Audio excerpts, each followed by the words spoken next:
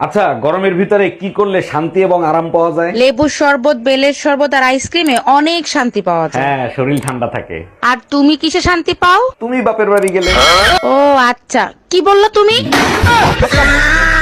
আচ্ছা শোনো, আমাদের বিয়ের কথা কি তুমি বাসায় বলছিলা? হ্যাঁ বলছি, কিন্তু বাসা থেকে রাজি হচ্ছে না, কি করব বলো তো? তুমিই তো বলছিলা তোমার এক কথাই নাকি তোমার বাবা মা রাজি হয়ে যাবে। আরে বাবা মা তো রাজি আছে, কিন্তু স্বামীকে বোঝাবো কি করে?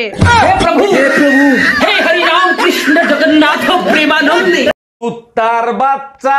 এই তুই আমারে কুত্তার বাচ্চা কইলি কেন? তুই কুত্তা তো জাত গোষ্ঠী কুত্তা। আমি তোমারে কেন কুত্তার বাচ্চা বলবো? এটা তো গান। এই কুত্তার বাচ্চা কেমনে গান হইলো? কুত্তার বাচ্চা ফুটফুটে সুন্দর।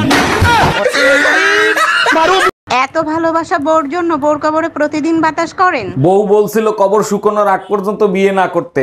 ও আচ্ছা, এর জন্য এত ভালোবাসা দেখাচ্ছেন? প্রতিদিন কবর শুকানোর জন্য বাতাস করি, কোন শালা রাতে জানি পানি ঢেলে দেয়। ভাবি, আপনার ফোন নাম্বারটা আমারে দিবেন? লেখেন 0 দিয়া 15টা জোতার বাড়ি, 11টা জাটার বাড়ি, 44টা বেলুনের বাড়ি, 99টা গালি, 56 দ্বারাই আপনার নামে মামলা করব। ঠিক আছে ভাবি, আমি সময় মতো হাজিরা দেব। এবার শিক্ষা হয়েছে, পাইছো টুম্বা ভাবির নাম্বার? मौत को छू के टक से वापस। হরে কৃষ্ণ হরে দিলুম আমার ঘরে, আমার শাশুড়ি আমার বাবা কি জানো কি করে। কি বললে তুমি?